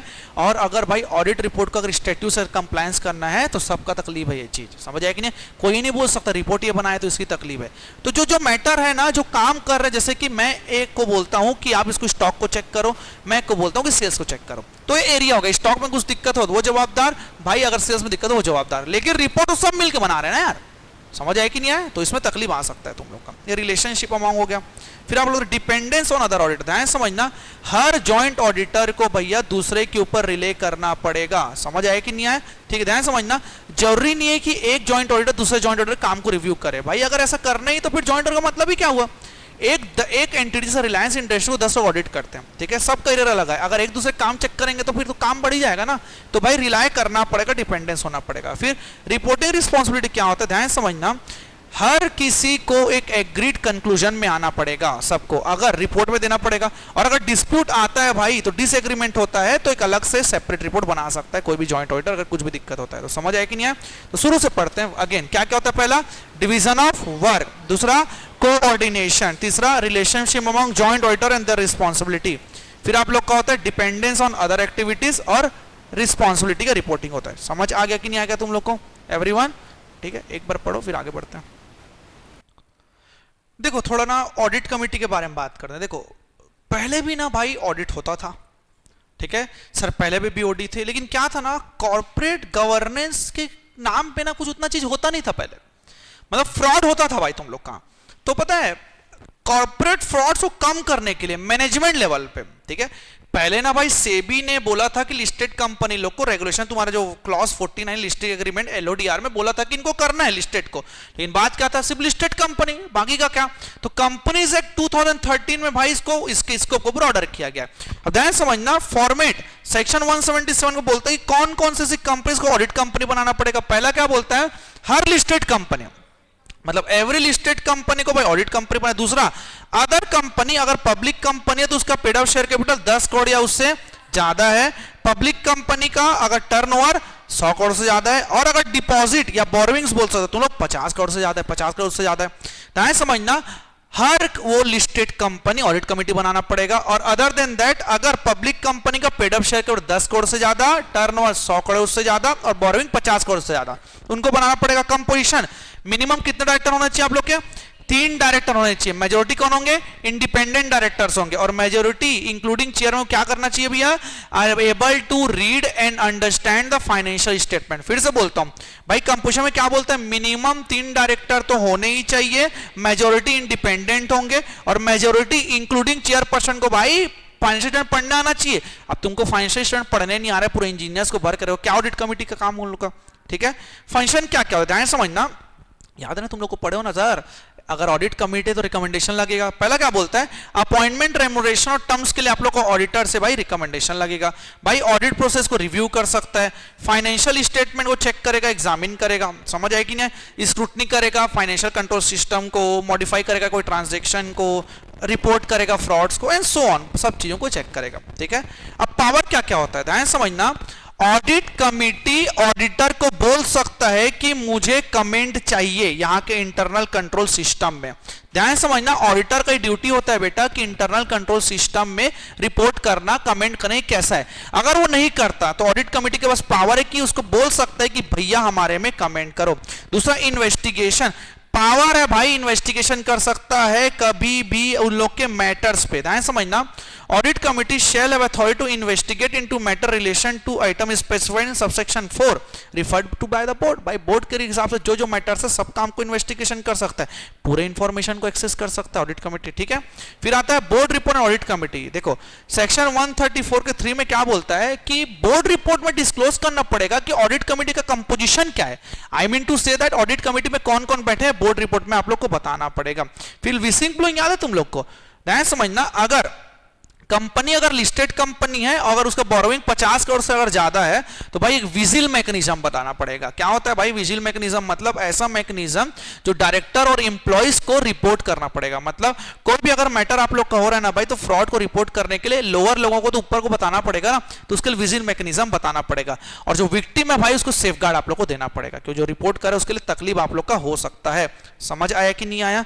समझ आया कि नहीं आया? पहला चीज जो रिपोर्ट कर रहा है और दूसरा जिसको अगेंस्ट रिपोर्ट हुआ है उनको ही प्रोटेक्शन देना पड़ेगा, तो विजिल मैकेनिज्म आप लोग को बैठाना पड़ेगा। समझ आया बच्चे लोग? तो यहां से तुम्हारा ऑडिट कमेटी हो जाता है। डन?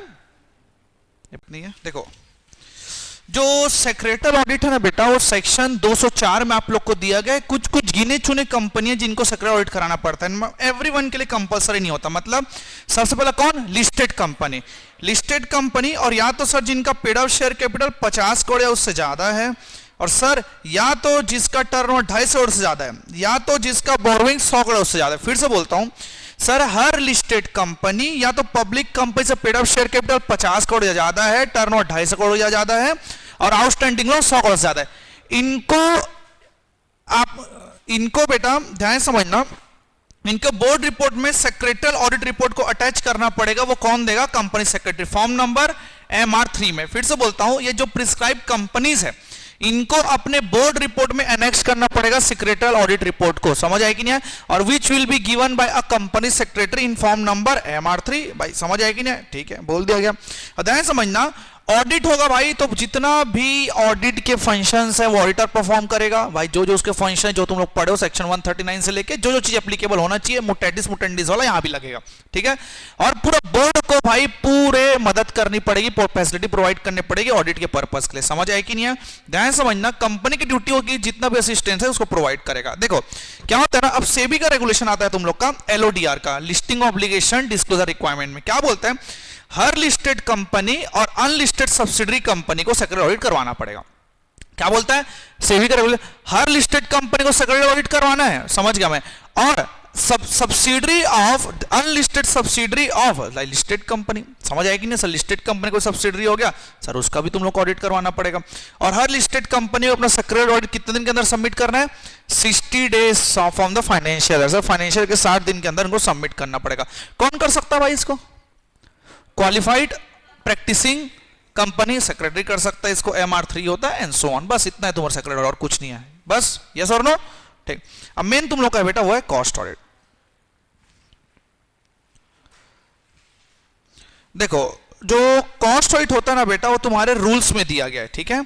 अब देखो रूल के बारे में, पहले रिकॉर्ड्स के बारे में बात करते हैं, फिर हम लोग ऑडिट के बारे में बात करें। देखो रिकॉर्ड्स का तुम्हारा मुद्दा क्या है कॉस्ट ऑडिट का, कि देखो रूल 3 में रिकॉर्ड्स दिया गया है।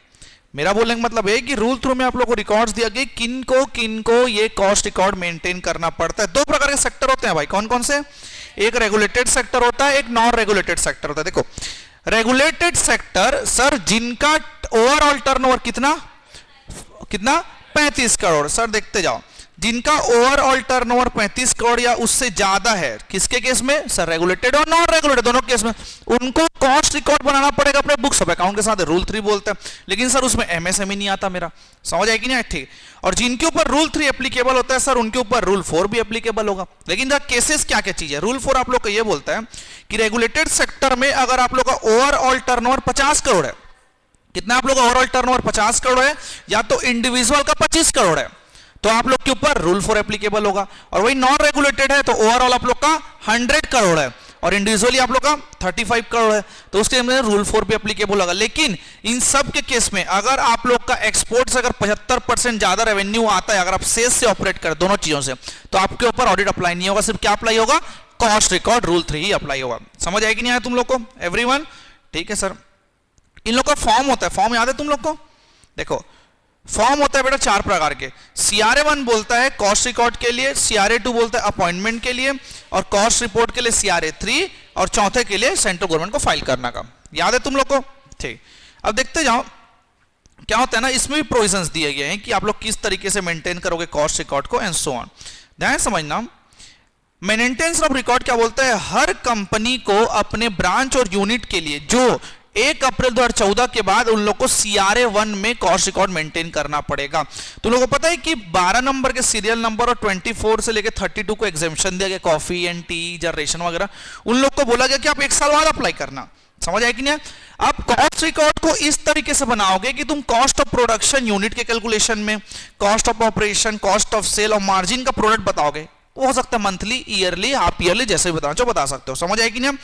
इस तरीके से बनाना है कि आप लोग कंट्रोल कर सको, कॉस्ट रिडक्शन कर सको, ऑप्टिमम रिसोर्स यूटिलाइजेशन कर सको। इस तरह के आप लोग कॉस्ट रिकॉर्ड बनाना है। जनरल पॉइंट से समझ आएगी नहीं? अब अपॉइंटमेंट की बात करते हैं भाई। एक बात बताओ, अपॉइंटमेंट में सीधी सी बात गई है तो no person appointed under section 139 shall be appointed cost auditor. मतलब जो सेक्शन 139 में जो अपॉइंट हो गया ना बेटा, वो कॉस्ट ऑडिटर के रूप में काम नहीं कर सकता। समझ आएगी ना? अब बताओ कितने दिन के अंदर अपॉइंट करना पड़ेगा?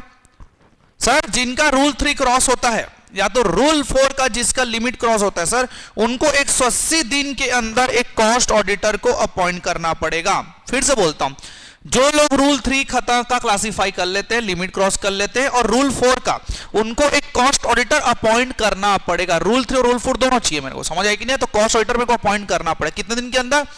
कमेंसमेंट ऑफ 180 डेज के अंदर मेरे को अपॉइंट करना पड़ेगा। भाई अपॉइंटमेंट से पहले सर्टिफिकेट देगा। पहला सर्टिफिकेट 1A में तुम लोग सर्टिफिकेट दे, क्या बोलता है कि वो बताएगा कि वो एलिजिबल है अपॉइंटमेंट के लिए cost and work accountant act के हिसाब से।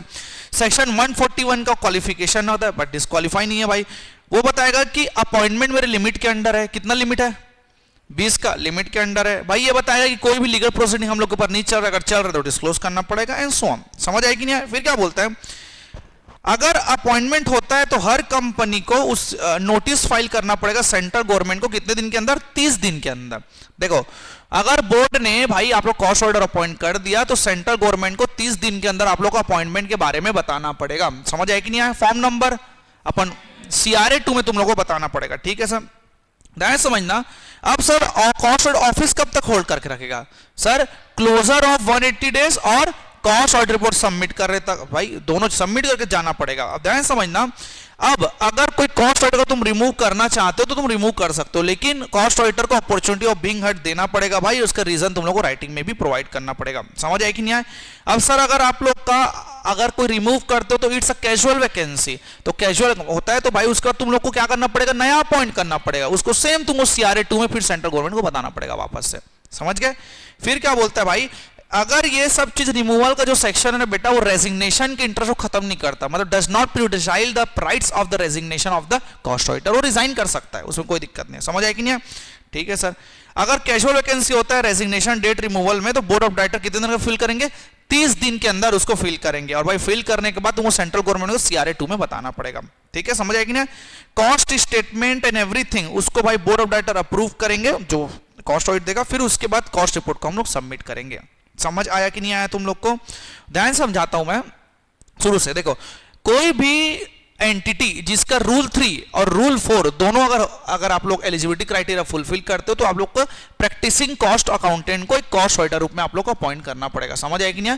और भाई साथ ही साथ जो अकाउंटेंट जो ऑडिटर आप लोग का अपॉइंट होगा वो आप लोग को क्लैरिफिकेशन और सर्टिफिकेट देगा कि वो डिस्क्वालीफाई नहीं है, कॉस्ट एंड वर्क अकाउंटेंट एक सबसे सेक्शन 141 का वो क्राइटेरिया फुलफिल करता है, वो लिमिट के अंडर है, और कोई भी अगर लीगल प्रोसीडिंग चल रहा है तो उसके बारे में भी बताना पड़ेगा। समझ आएगी नहीं? फिर उसके बाद आप लोग को बोलता है कि देखो कॉस्ट ऑडिटर अपॉइंट करने के 30 दिन के अंदर आप लोग को CRA 2 में किसको बताना पड़ेगा भैया? बोलो। सेंट्रल गवर्नमेंट को तुम लोग को बताना पड़ेगा सर। ठीक है, कब तक ऑफिस होल्ड करके रखेगा वो? 180 डेज तक सर ऑफिस होल्ड करके रखेगा, और till the submission of the cost audit report. चलो मान गया मैं, ठीक। और देखो अगर आप लोग रिमूव करते हो तो कर लो, लेकिन OBS देना पड़ेगा क्या? हाँ, OBS देना पड़ेगा, और रिमूव करने के बाद आप नया ऑडिटर अपॉइंट करोगे तो सेंट्रल गवर्नमेंट को बताना पड़ेगा। कोई भी कैजुअल वैकेंसी होती है, चाहे वो रिमूवल हो, रेजिग्नेशन और डेथ हो, 30 दिन के अंदर बोर्ड ऑफ डायरेक्टर को फिल करके भाई CRA 2 में बताना पड़ेगा। अब जो रिपोर्ट सबमिट करेगा कॉस्ट स्टेटमेंट या तो cost audit report BOD submit करेगा, BOD उसको रिव्यू करेगा, फिर बाकी लोग उसको साइन कर देंगे। समझ आएगी नहीं? ठीक है, on behalf of director sign होता है। फिर कॉस्ट ऑडिट डिस्क्वालिफिकेशन जैसा तुम लोग पढ़े हो वहां सेम वही है, रेम्यूनरेशन भी सेम है। ध्यान समझना, जो रेम्यूनरेशन है ना बेटा, अगर कंपनी के पास ऑडिट कमेटी है तो ऑडिट कमेटी से कंसल्टेंसी लेना पड़ेगा, अदरवाइज इसको बोर्ड डिसाइड कर सकता है। एक चीज तुम लोग ध्यान से रखना, जो सेक्शन 139 का जो ऑडिटर है ना बेटा, वो मेंबर्स लोग अपॉइंट करते हैं, मेंबर्स लोग अपॉइंट करते हैं, इसको बोर्ड लोग अपॉइंट करते हैं। डिफरेंस समझना, कॉस्ट ऑडिट को बोर्ड लोग अपॉइंट करते हैं। समझ आए कि नहीं? ठीक। अब submission of cost audit report कौन से में करोगे भाई सबमिट तुम लोग? CRA 3 में। देखो हर कॉस्ट ऑडिटर जो कॉस्ट ऑडिट का कॉस्ट रिकॉर्ड का ऑडिट करता है भाई, उसको कॉस्ट ऑडिट रिपोर्ट CRA 3 में with observation and remark submit करना पड़ेगा। समझ आए कि नहीं है? ठीक। कब तक सबमिट करेगा sir? 180 days, closure of the financial year के 180 दिन तक। फिर जो क्वालिफिकेशन और रिमार्क है कॉस्ट ऑडिटर का, वो बोर्ड लोग चेक करेंगे। ठीक है, कंपनी उसके बाद जिस दिन से कॉस्ट ऑडिट रिपोर्ट आ जाएगा उसे 30 दिन के अंदर सेंट्रल गवर्नमेंट को फाइल करेगा। कौन से फॉर्म में? CRA 4 में। कौन से फॉर्म में? XBRL, extendable business reporting language में फाइल करेगा। ठीक है भाई।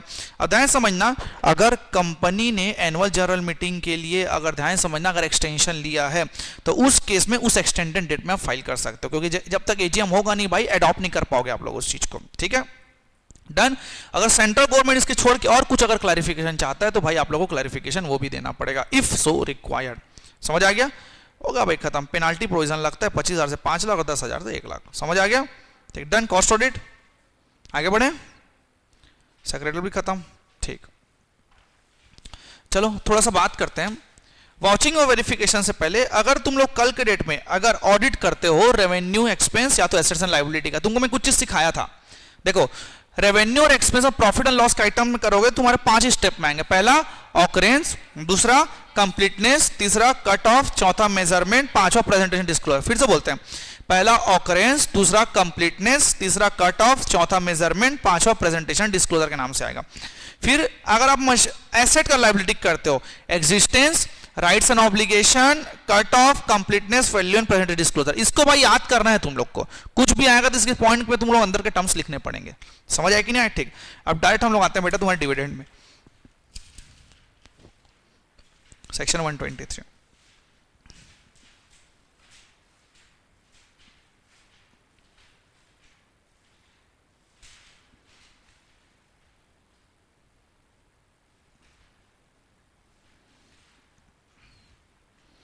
Page number 578।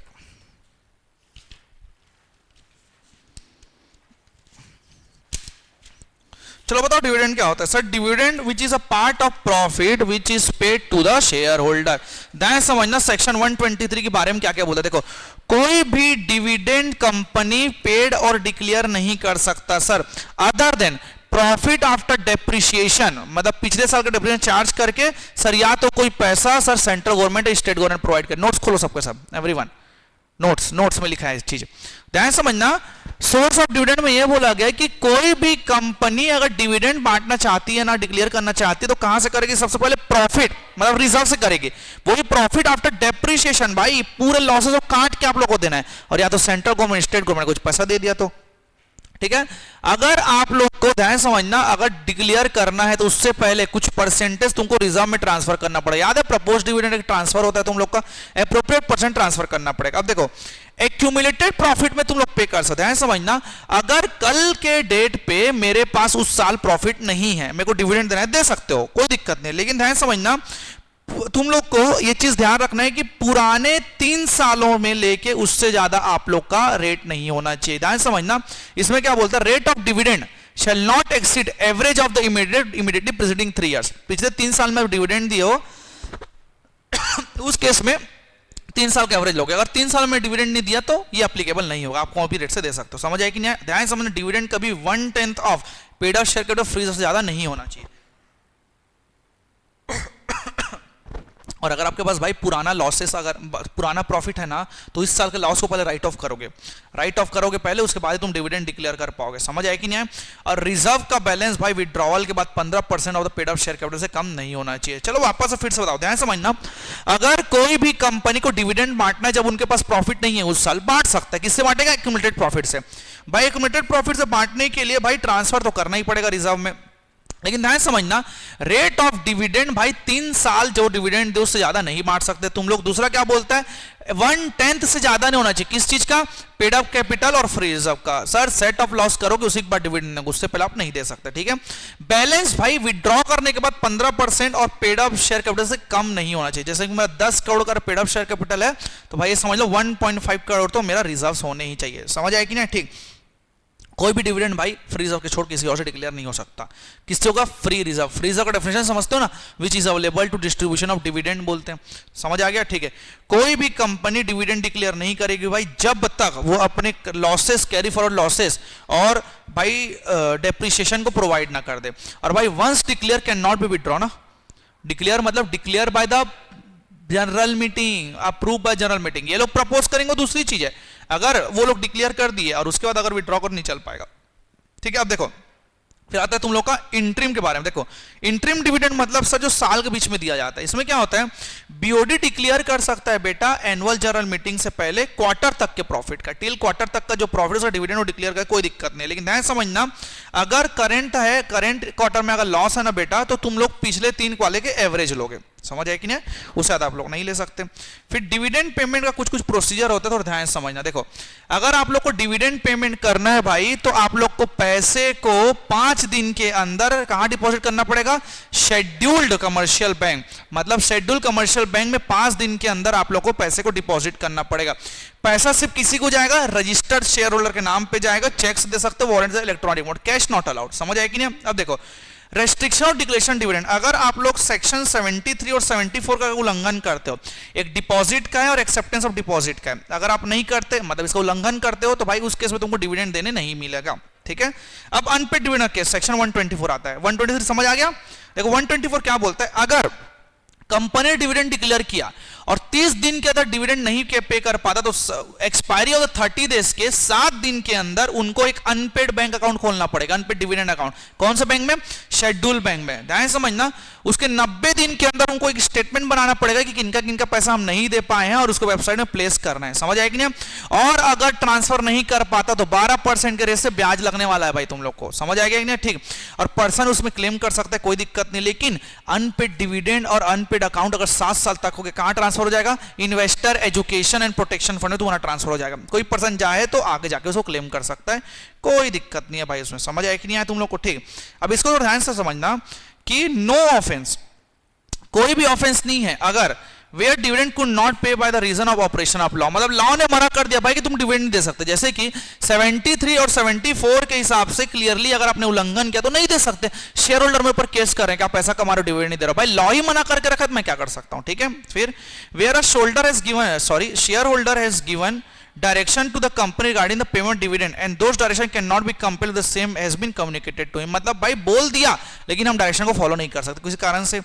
Where there is dispute regarding the right to receive the dividend, भाई दिक्कत हो रहा है कि किसको मिलना चाहिए डिविडेंड, मिस्टर ए को कि मिस्टर बी को। समझ आएगी? डिस्प्यूट हो रहा है तो डिविडेंड नहीं दोगे। Where the dividend has been lawfully adjusted by the company against any sum due it from the shareholder, shareholder से कुछ ड्यू था भाई, कुछ पैसा ऐसा लेना था उससे, लॉफुली अगर तुम एडजस्ट कर लोगे तो भी चल जाएगा, मतलब कंपनी ने फिर ऑफेंस नहीं किया।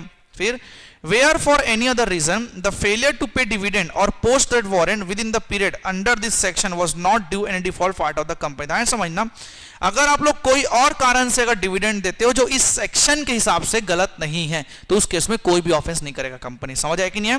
मतलब deem to be not conducted offence के नाम से जाना जाएगा। समझ आया बच्चे लोग तुम लोग को यहां तक? चलो आगे बढ़े। ठीक। फिर फाइनल डिविडेंड आता है। सीधी सी बात है भाई, डिविडेंड डिक्लेयर करने के लिए एओए से हम लोग को अधिकार प्राप्त होना चाहिए और भाई तुम लोग को डिविडेंड के अमाउंट को वेरीफाई करेगा ऑडिटर एंड सो ऑन, दुनियादारी। समझ आया कि नहीं है? यस और नो एवरीवन? चलो ठीक है, फिर आगे बढ़ते हैं। पढ़ो एक बार। चलो बेटा तुम लोग को स्टार्ट करते हैं अब हम लोग ऑडिट रिपोर्ट। देखो ऑडिटर का मेन काम क्या होता है पता है? वो भाई ओपिनियन देगा that financial statement are giving true and fair view और नॉट। तो ऑडिट रिपोर्ट है ना बेटा, और तुम लोग का रिटर्न कम्युनिकेशन है। क्या है तुम लोग का? एक रिटर्न कम्युनिकेशन है जो क्लाइंट को अपना ओपिनियन देता है। क्या ओपिनियन देता है? कि financial statement true and fair view दे रहा है कि नहीं दे रहा है भाई। समझ आया कि नहीं? और ऑडिट रिपोर्ट ऑडिट असाइनमेंट का लास्ट प्रोसेस तुम लोग ऑडिट इंगेजमेंट लेटर से लेके बीच में जितने भी काम करते हो तुम लोग, लास्ट में ऑडिट रिपोर्ट तुम लोग को सबमिट करना है, वो ऑडिट रिपोर्ट होता है। समझ आया कि नहीं? फिर ऑडिट सर्टिफिकेट क्या होता है? ऑडिट सर्टिफिकेट बेटा एग्जैक्टनेस के बारे में बात कर, जो चीज एग्जैक्ट है उसके बारे में बताएगा। ठीक है। अब देखते जाओ दोनों में डिफरेंस होता है। अब देखो जो ऑडिट रिपोर्ट है ना बेटा, वो एक ओपिनियन है और एक सर्टिफिकेट तुम्हारा कंफर्मेशन है। सर सिर्फ एक ओपिनियन का एक्सप्रेशन होता है, एक एक्यूरेसी के बारे में बताता है। मतलब सर्टिफिकेट में बोल दिया कि 1 करोड़ टर्न हो रहा है, मतलब टर्न ओवर 1 करोड़ है, उसको तुम बदल नहीं सकते। और ऑडिट रिपोर्ट में ये बताओगे कि हाँ मेरे हिसाब से सही की गलत है, क्योंकि भाई जो जजमेंट है ना बेटा प्रोफेशनल स्केप्टिज्म में बेस रहता है। मतलब हर किसी का अलग अलग सोच है ना। ठीक है। ये एजम्पशन और एस्टिमेशन में रहता है, एक्चुअल फिगर्स में रहता है। इसका स्कोप ज्यादा है भाई, इसका लिमिटेड है भाई। कंस्ट्रक्टिव एडवाइस देता है, इसमें कोई जरूरत नहीं एडवाइस देने का, जो है भाई है। समझ आया कि नहीं है? ठीक।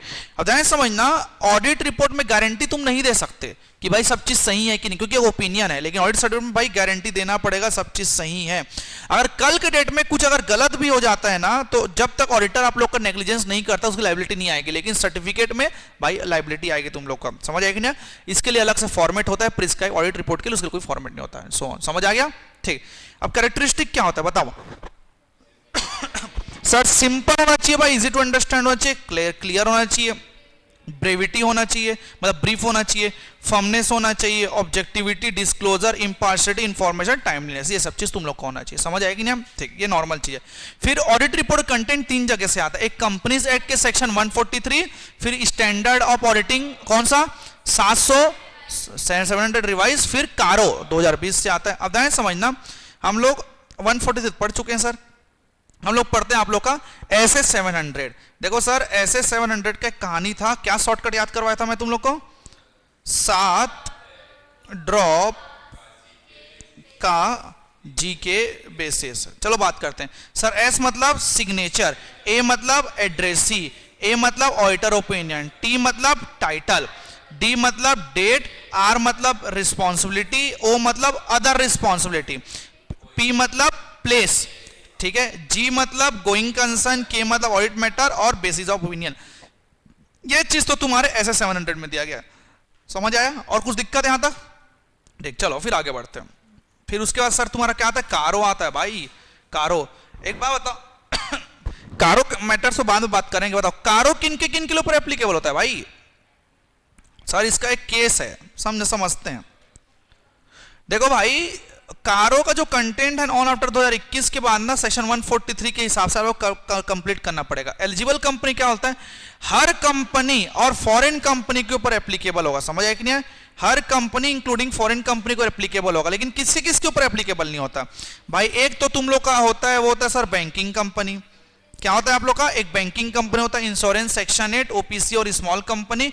और सर प्राइवेट कंपनी जो सब्सिडरी नहीं है पब्लिक कंपनी का, जैसा paid up share capital 1 crore से कम है, बोरोइंग 1 करोड़ से कम है और रेवेन्यू 10 करोड़ से कम है, समझ आएगी ना? यही आप लोग का मैटर है। फिर सर ऑडिट रिपोर्ट में क्या क्या कंटेंट आएंगे, सर क्या शॉर्टकट थे? याद है किसी का डैड सीएमए था? यस, नील का डैड सीएमए। सर एन मतलब नॉन करेंट एसेट, आई मतलब इन्वेंट्री या इंटरनल ऑडिट, एक का इन्वेस्टमेंट, लोन टू डायरेक्टर, ठीक है। डी का ड्यूस, ए का एक्सेप्टेंस ऑफ डिपॉजिट, डी का डिस्क्लोजर ऑफ अनरिकॉर्डेड इनकम। फिर सी का CSR expense, maintenance of cost record और एडवर्स रिमार्क। इसके छोड़ नॉन कैश ट्रांजेक्शन हो गए तुम्हारे, लोन टू डायरेक्टर और बहुत सारे सीएसआर के भी पॉइंट्स हो गए। ये आप लोग बहुत सारी चीज और आएंगे, समझ आए कि नहीं आया तुम लोग को यहां तक? तो देखो भाई ऑडिट रिपोर्ट में कंटेंट 3 जगह से आएंगे, कंपनीज एक्ट 2013 में 143 के हिसाब से, एसए 700 रिवाइज के हिसाब से और कारो 2020 के हिसाब से रखो आप, ठीक है। कारो 2020 जो है ना बेटा हर कंपनी के लिए और फॉरेन कंपनी के लिए एप्लीकेबल होता है, लेकिन किन के ऊपर एप्लीकेबल नहीं होता? सर आप लोग का होता है, बोलो, इंश्योरेंस कंपनी, बैंकिंग कंपनी हो गया, सेक्शन 8 कंपनी हो गया आप लोग का, और क्या ओपीसी भी था? सर ओपीसी भी और स्मॉल भी है। प्राइवेट कंपनी जो सर पब्लिक कंपनी की सब्सिडरी नहीं है, ठीक है। पेड अप कैपिटल जिसका 1 करोड़ से कम है, सर बोरोइंग 1 करोड़ से कम है और रेवेन्यू 10 करोड़ से कम है, समझ आया कि नहीं है? तो इन लोग के ऊपर एप्लीकेबल होगा। फिर नील का डेट सीएम एंड सो ऑन। चलो अब हम बात करते हैं आप लोग के टाइप्स ऑफ ऑडिट रिपोर्ट के बारे में। देखो भाई ऑडिट रिपोर्ट्स 2 ही प्रकार के होते हैं, एक अनमॉडिफाइड होता है, मॉडिफाइड होता है। देखो भाई अनमॉडिफाइड रिपोर्ट मतलब क्लीन रिपोर्ट होता है, मतलब सीधी सी बात है कि ऑडिटर अपने आप को सेटिस्फाई कर लेता है कि भाई जो ऑडिट रिपोर्ट है वो ट्रू एंड फेयर व्यू दे रहा है। मतलब सर उन्होंने प्रिपेयर किया as per the GAAP, sir जैसे गैप ने बोला था वैसे प्रिपेयर किया, स्टेटूटरी रिक्वायरमेंट फुलफिल किया, सर जो डिस्क्लोजर करना था वो कर दिया, सर अकाउंटिंग प्रिंसिपल हमने चेंज किया, उसको प्रॉपर्ली डिस्क्लोज किया। मतलब भाई सर्वगुण संपन्न है मेरा फाइनेंशियल स्टेटमेंट, तो मैं क्लीन रिपोर्ट दूंगा, ऐसा जनरली होता नहीं है भाई। फिर दूसरा क्या होता है तुम्हारा? Modified report. मॉडिफाइड रिपोर्ट उसको बोला जाता है कि अगर कुछ भी अगर दिक्कत लग रहा है तो आप मॉडिफाई कर सकते हो। जैसे 3 केसेस, एक qualified opinion, adverse opinion, disclaimer opinion, 3 चीज, क्वालिफाइड, एडवर्स और डिस्क्लेमर। इसके बारे में थोड़ा ध्यान समझना। क्या होता है ना, एक मैटर होता है बेटा तुम लोग का, एक मटेरियल होता है, एक परवेसिव होता है। मटेरियल और परवेसिव देखते जाओ। यहां पास एक स्टेटमेंट है, उसका मतलब क्या होता है? देखो फाइनेंशियल स्टेटमेंट अगर मिस स्टेटेड है, अगर भाई मटेरियल है तो क्वालिफाइड ओपिनियन, समझ आए कि नहीं? देखो केस क्या क्या होता है मैं समझाता हूं। ऑडिटर ना ऑडिट करने गया, ठीक है, अनमॉडिफाइड को छोड़ते हैं, मॉडिफाइड के बारे में। अगर उसको इंफॉर्मेशन मिल गया कि हाँ भाई मेरे लिए कुछ गलत है, और अगर मटेरियल है और अगर परवेसिव नहीं हो तो क्वालिफाइड दूंगा, और मेरे को इंफॉर्मेशन मिला और मटेरियल है और परवेसिव भी है तो एडवर्स तरफ जाएगा। भाई गलत है और भाई खतरनाक भी है तो मैं परवेसिव। अब मेरे को इंफॉर्मेशन नहीं मिल पाया, ठीक है, लेकिन मेरे को पता है भाई कि वो गलत है मेरे लिए मटेरियल, लेकिन परवेसिव नहीं तो क्वालिफाइड आएगा फिर से। लेकिन मेरे को इंफॉर्मेशन नहीं मिला और मेरे को पता है कि परवेसिव नेचर का है तो डिस्क्लेमर ऑफ ओपिनियन दोगे तुम लोग, समझ आए कि नहीं है? फिर समझा दो। देखो 3 प्रकार की रिपोर्ट होते हैं। क्वालिफाइड करिए थोड़ा बड़ा है, क्वालिफाइड, एडवर्स, डिस्क्लेमर ओपिनियन। देखो एक ऑडिटर को पता है कि चीजें अगर मटेरियल है, क्या है तुम लोग का मटेरियल, अगर मटेरियल नहीं है तो अनक्वालिफाइड हो जाओगे ना तुम लोग। क्वालिफाइड में अगर तुम लोग का मटेरियल है और परवेसिव नहीं तो क्या बोलोगे तुम लोग? उसको क्वालिफाइड ओपिनियन बोलोगे। मैंने इंफॉर्मेशन गेन कर लिया, मटेरियल है, परवेसिव भी निकल गया तुम लोग का, तो एडवर्स रिमार्क में चले जाएगा तुम लोग का। फिर क्या बोलते हैं? भाई मेरे पास ना एबिलिटी नहीं कि मैं सफिशिएंट इंफॉर्मेशन ले पाया, मतलब नहीं ले पाया, लेकिन मेरे लिए मटेरियल है तो क्या आएगा? क्वालिफाइड। लेकिन भाई मटेरियल है और परवेसिव मेरे को इंफॉर्मेशन नहीं मिला तो डिस्क्लेमर दूंगा कि अगर मिला तो तुम्हारे लिए खतरा हो सकता है। भाई मैं ये चीज उन लोग को बोल दूंगा। समझ आया कि नहीं आया तुम लोग को? यस और नो? ठीक है, पढ़ो भाई फिर।